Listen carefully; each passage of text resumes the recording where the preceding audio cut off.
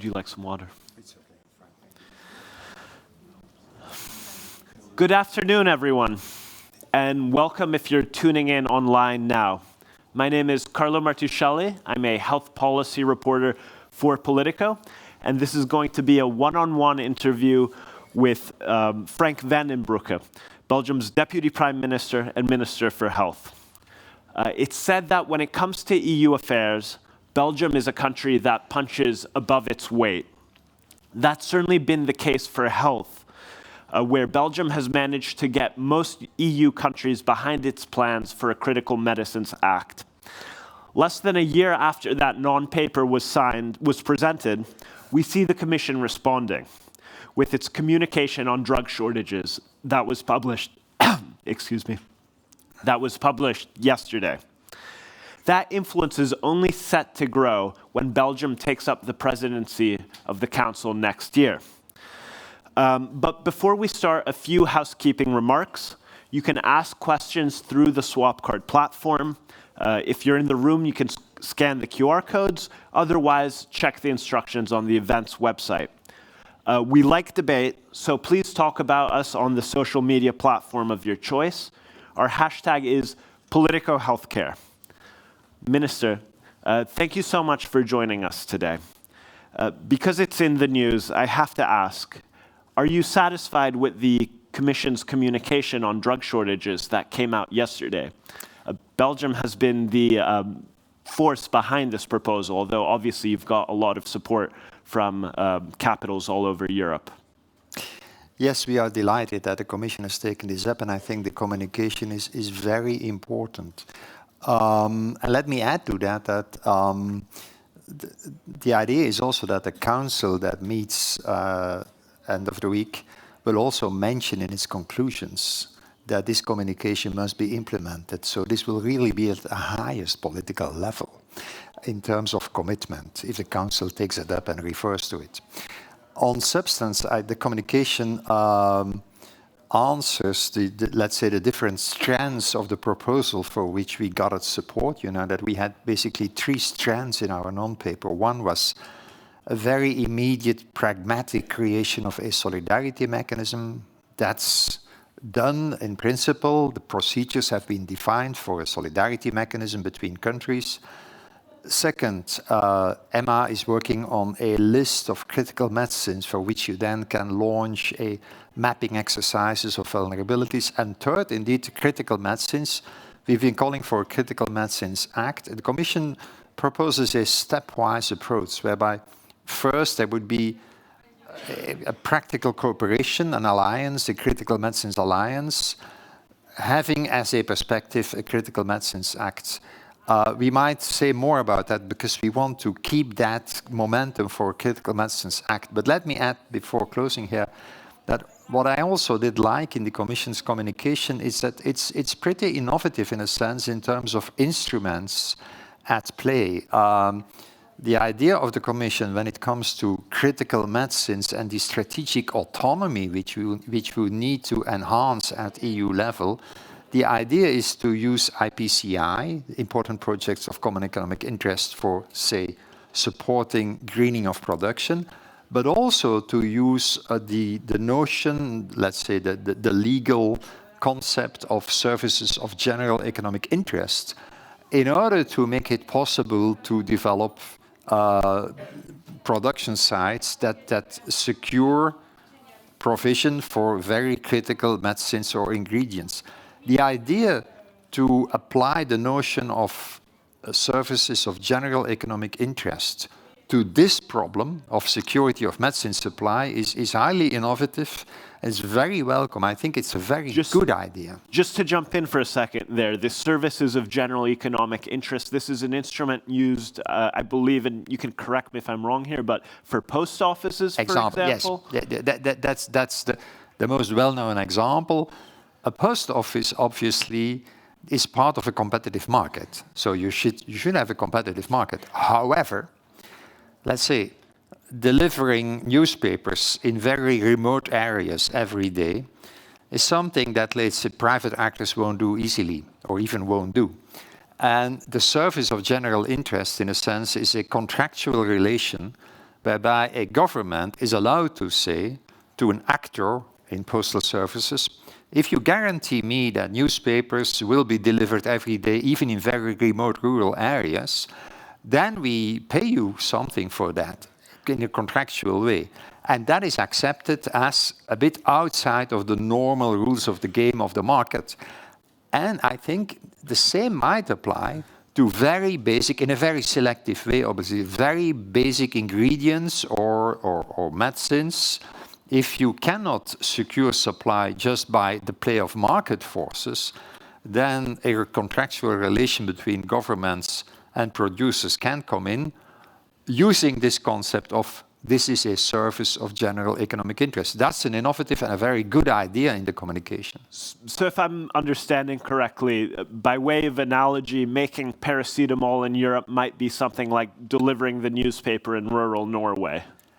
It's kind of the way you put it is in a sense a bit bizarre. You stretch it, but basically that is the case. And obviously, as many people in the room know, paracetamol, having production possibility of paracetamol in Europe, that's been a file it's taken 3 years to allow the Austrian government to support a production facility in Austria. This is the Sandoz it's not for, for the Sandoz, for I think amoxicillin.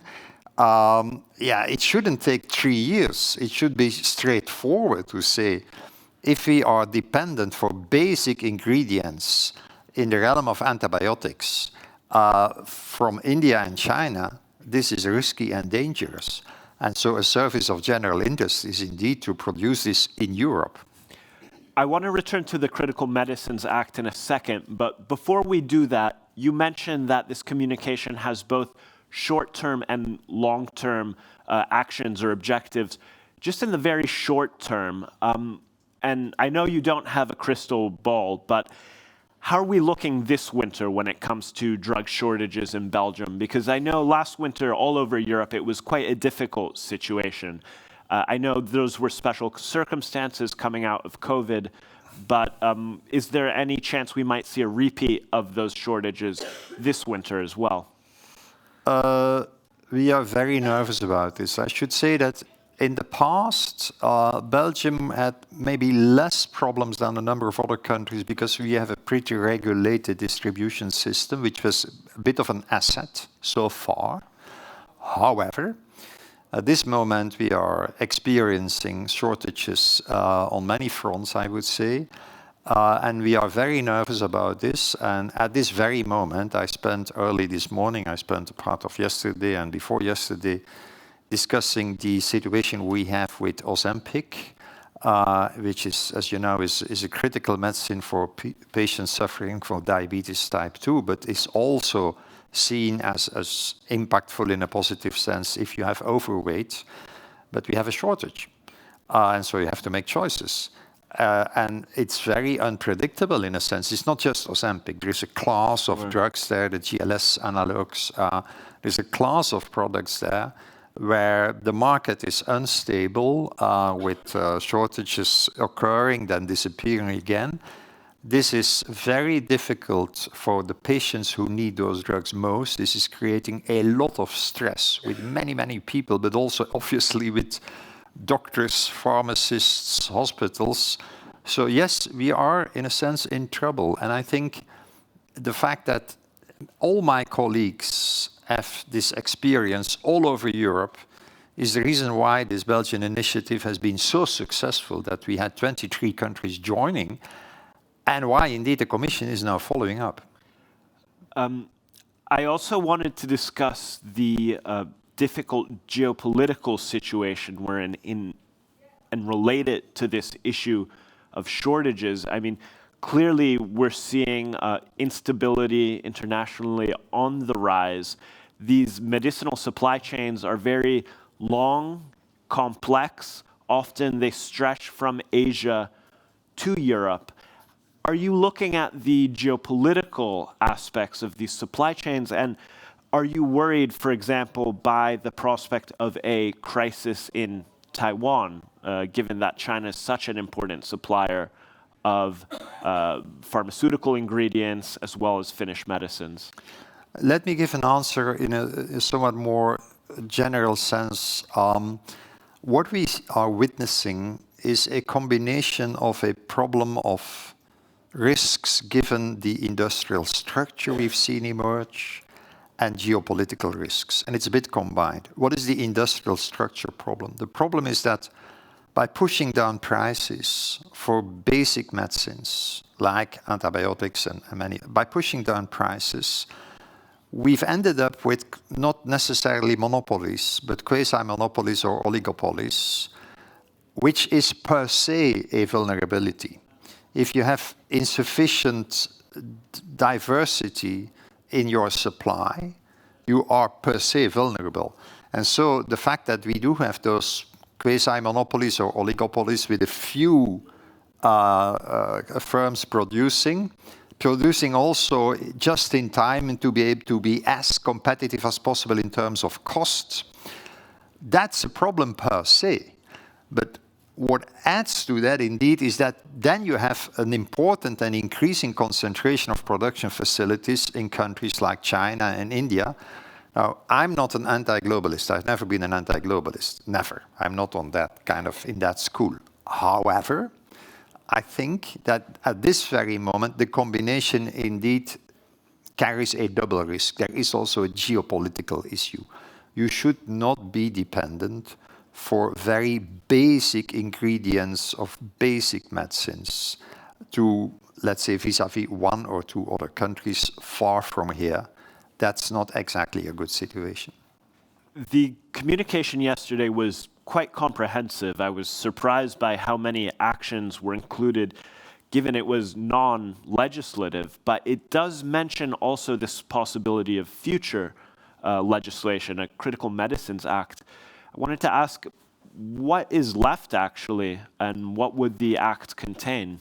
Well, as I said, I'm pretty satisfied with the pragmatic, stepwise approach in the Commission's communication because that allows also expedient action. So that's good. But in all the contexts we had with Commission people, we've been urging that the perspective on a legal framework on critical medicines should be there. Why? At least 4 reasons, I would say. Why would we need not just an alliance, but in the end also a legal framework? First reason, I think Commission needs a mandate here. You need a mandate for a battery of actions. For that, the legal framework is very useful. Second, part of the story which we did not discuss so far is about procurement. We should move away, steer away from procurement strategies that are focusing so much on price. We should include what we call the meat criteria, or like These are non-price criteria. Non-price criteria, like security of supply, ecological criteria, wastewater impact, etc. But we should do that as much as possible in a uniform way across Europe. Imagine that one country says, okay, we'll shift away from pure price focus to wastewater. Another country says it's carbon impact. Yet another country says it's security of supply. That would not be good. So our argument is, in terms of the evolution of procurement, to go away from a pure price focus, you'd better have some European uniformity on what you then add in terms of criteria. That needs a legal framework in the end. Third argument, I think the Commission is right that existing instruments like IPCI, important projects of common economic interest, can be used for greening production, to support greening production. However, that's also a bit stretching because IPCI is mainly about, let's say, the first stages of an industrial development. It's about research and development. It's about first launch. If you say greening production in Europe to facilitate sustainable production in Europe is an important project of common economic interest, it's stretching a little bit, and you have to work on that. Maybe you'll need one day some legal work on that. So there's yet other reasons why I think in the end we need an act and not just an alliance. But I appreciate the Commission's emphasis on here and now and stepwise and pragmatic development of the policy. But I'm happy that the idea of a legal framework is, let's say, within the perspective of the communication, and we'll continue on insisting on the need of that. I wanted to switch topics for a second and talk about a different kind of shortage. Belgium is taking up the rotating council presidency in January. I know one of your priorities is the health workforce. We're seeing shortages of staff in all European countries, but this has been until now more of a national competence. What do you think about this health workforce crisis? What's Belgium doing, and do you see any perspective for EU solutions? Well, if you ask on substance, I would say we are in for at least 10 difficult years for fundamental demographic reasons. On the one hand, you have an aging population, and I think the impact of aging on care and healthcare needs has been underestimated. In the past, we had this compression model. We thought people, they live longer, but the healthcare need is simply mostly at the end of their life. I think that's been a little bit of a mistake. We see everywhere that an aging population simply requires more continuous care. There is more chronicity, more comorbidity. And so there is a pressure of growing needs for care and healthcare. Simultaneously, aging means retirement, and we see retirement waves amongst our general practitioners, the nursing profession. And so you're in between, it's a scissors movement that makes life very difficult. You have retirement on the one hand because of aging, and then you have growing needs. The answer must be investment in the healthcare workforce, but also reform. Reform towards a more flexible, let's say, cooperation and synergy between different people with different competencies. We're working on that. We are now working on a rather thorough reform of the organization of the nursing profession. That in itself would be an interesting European issue, because we can learn a lot from each other, even if that is national competence. Just the mutual learning you can organize would be interesting. But then I should also say, there is a very important legal EU competence here, which is obviously the Professional Qualifications Directive, because it's the EU that, let's say, protects the professional titles of people who are mobile. And I can tell you that this has a very important impact on countries who use those EU titles, which are completely governed by the EU, not by us. Right. If you use those EU titles, like a nurse, a doctor, to organize your own workforce and your healthcare system, you're very much dependent on the EU, on that legal framework. That's an internal market framework. It's a free movement framework. It's not a health framework. So here we would say, without prejudging the outcome, but here we would say, can the Commission maybe launch kind of a critical inquiry or a critical discussion on how that basically free movement and internal market-driven legislation on professional qualification impacts on the way we can reform and change our workforce policies in the member states. And in fact, the critical reflection is, on the one hand, maybe that EU framework, because it's not a health-driven framework, it's an internal market and free movement-driven framework. Or, yes, is it really sufficiently open to the kind of rapid evolutions you need in competencies and recognition of competencies in the healthcare sector? Question mark. Simultaneously, and maybe a little bit in an opposite sense, is it sufficiently protective, however rigid it is? For instance, you take a medical doctor who temporarily moves to Belgium and then leaves. There we see things happen we don't like that much, because lack of control for that kind of temporary. And then think about telemedicine. If a Belgian patient is talking in a video consultation, say with a doctor in Germany, we take it that that doctor in Germany is okay. But obviously, he's in Germany. He's not in Belgium. And the kind of frameworks we have, so the quality frameworks, they do not apply. Even if that doctor has the European qualification of a doctor. And I take Germany to take a safe example. Sure. Safe example. So we don't worry about German doctors. We're not insulting the German workforce. Don't worry about German doctors. So I take a safe example. But telemedicine creates a new world, which also should make us pause and think about the way we describe titles, protect titles, and then guarantee to citizens that the people having those titles are okay and deliver quality care. So it's a mixed bag of questions, even in pulling a little bit opposite directions. On the one hand, we think the framework is sometimes not sufficiently flexible, a bit formalistic, the qualifications directive. On the other hand, maybe it's not strict enough in some occasions.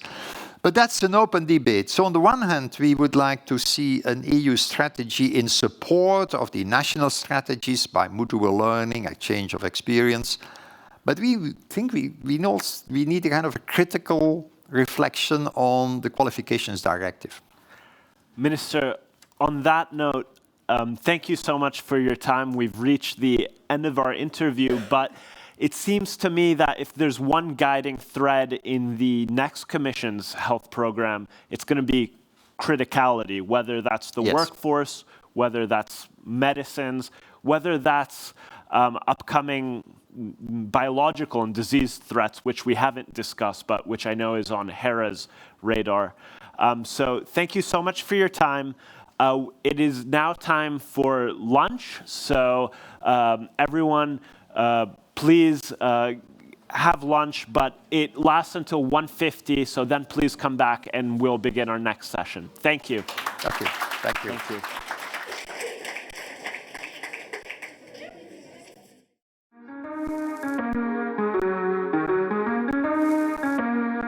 This is an age of disruption, of profound revolutionary change. What we're really asking ministers is to empower the ambassadors. The only thing that you really push forth is the truth. You don't see many women represented when it comes to the decisions as to how to handle the pandemic.